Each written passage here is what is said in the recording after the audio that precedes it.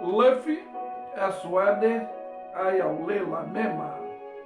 Fiel é Deus, aleluia, amém? Hoje o tema que eu quero falar é de uma especialidade espiritual minha como infectologista espiritual e psicanalista holístico, teólogo e neurologista, e será o transtorno da neurologia especulativa, que são indagativas, cognitiva, ansiosa, mente da depressividade, que tem afetado o comportamento humano no intelectual, espiritual, no campo material, pois é devido a esses desejos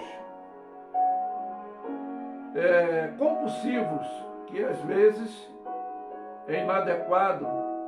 Eu posso comparar com uma atitude às vezes arrogante, intolerante ou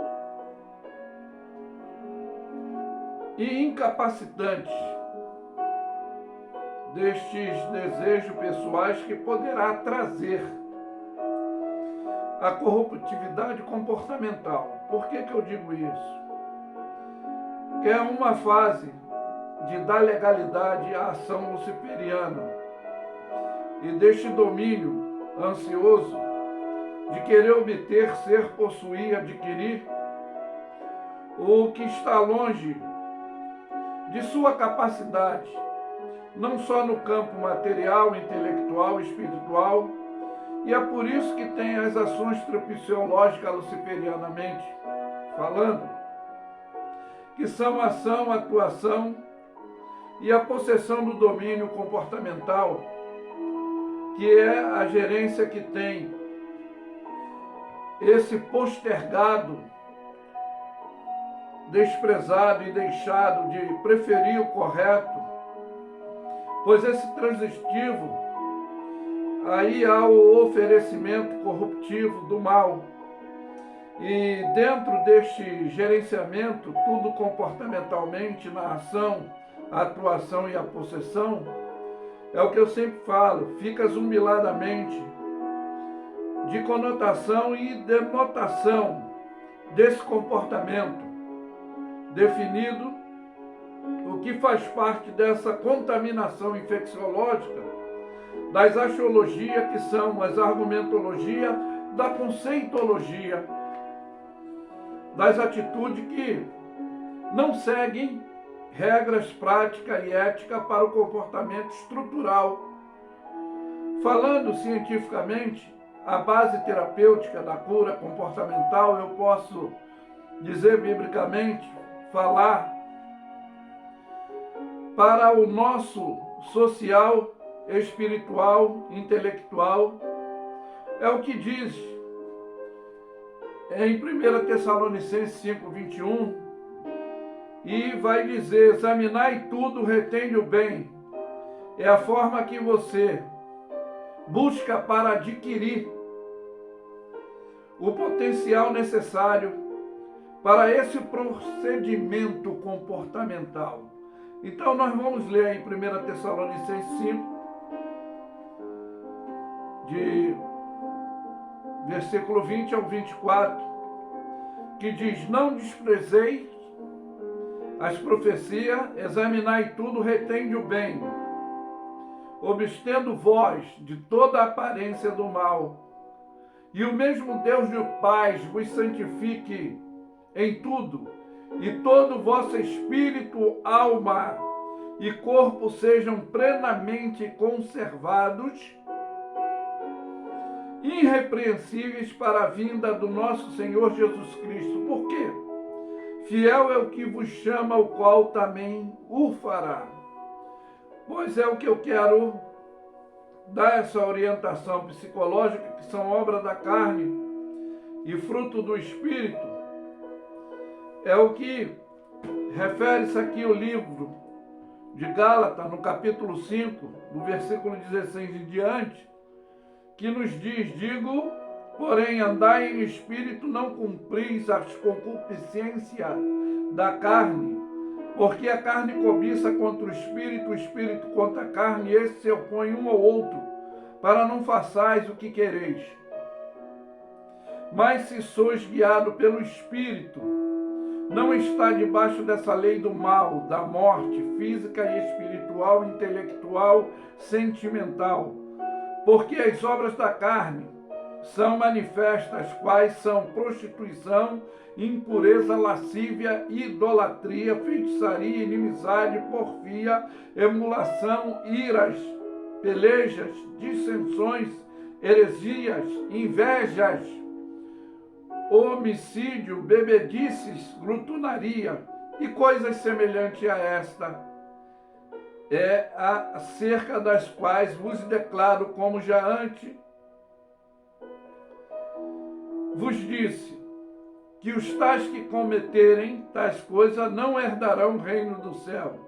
Mas os frutos do Espírito é caridade, que significa o amor, a alegria, que é o gozo, a paz, essa temperança, longanimidade, benignidade, bondade, essa fé, a mansidão, a temperança.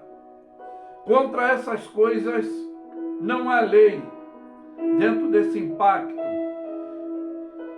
E os que são de Cristo crucificam a sua carne, ou seja, essa ansiedade depressiva objetiva, com as suas paixões, com as suas concupiscências.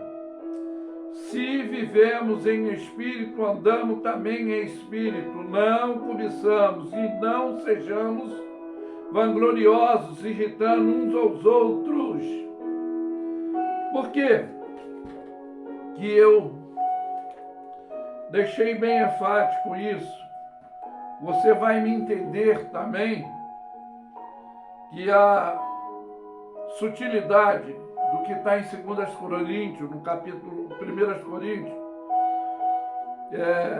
capítulo 2, e você vai compreender porque eu falo disso. 1 Coríntios, capítulo 2.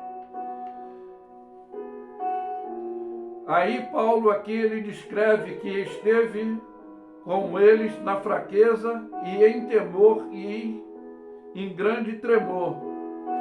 E ele diz que o seu discurso, as minhas pregações, não consistiram em palavra persuasiva,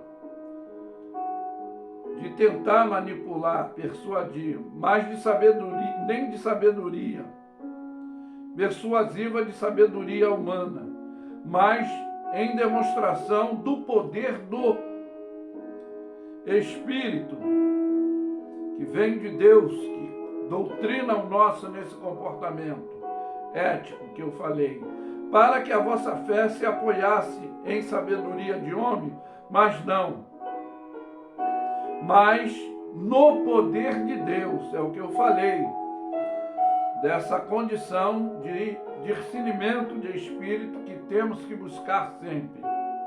Todavia falamos entre os perfeitos, não porém com a sabedoria deste mundo, nem dos príncipes desse mundo, que se aniquilam, acabam, envelhecem, mas falamos a sabedoria de Deus oculta em mistério, a qual Deus ordenou antes do século para a nossa glória, a qual nenhum dos príncipes deste mundo conheceu, porque se conhecessem nunca crucificaria ao Senhor da glória.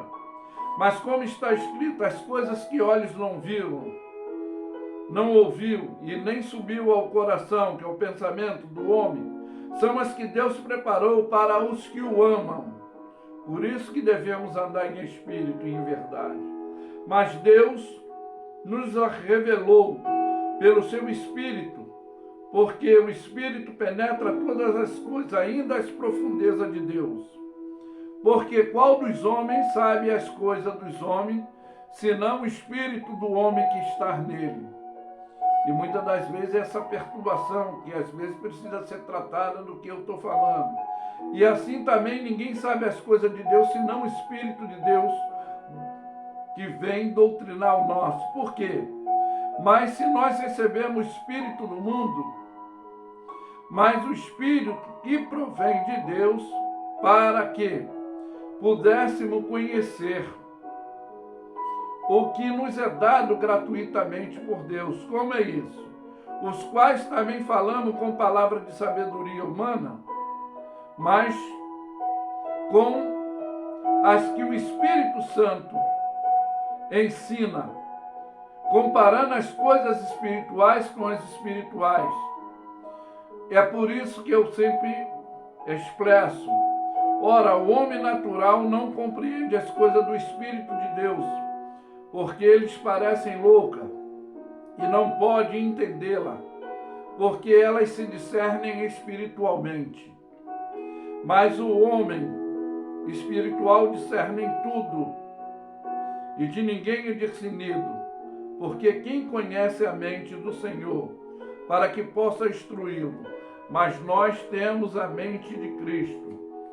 Então, dentro desse tratamento terapêutico, que eu falo biblicamente, para nós examinarmos tudo e reter o que é bom e se abster de toda aparência do mal, para seguirmos regras práticas de orientação comportamental estrutural, para não ficarmos cientificamente vulneráveis nessa condição neurológica, especulativa, indagativa e cognitiva da ansiosidade depressiva. Mas que Deus os abençoe. É por isso que eu afirmo que Luffy é suede ayaulela mema. Fiel é Deus, aleluia. Ficam todos na paz, tenham todos um bom dia.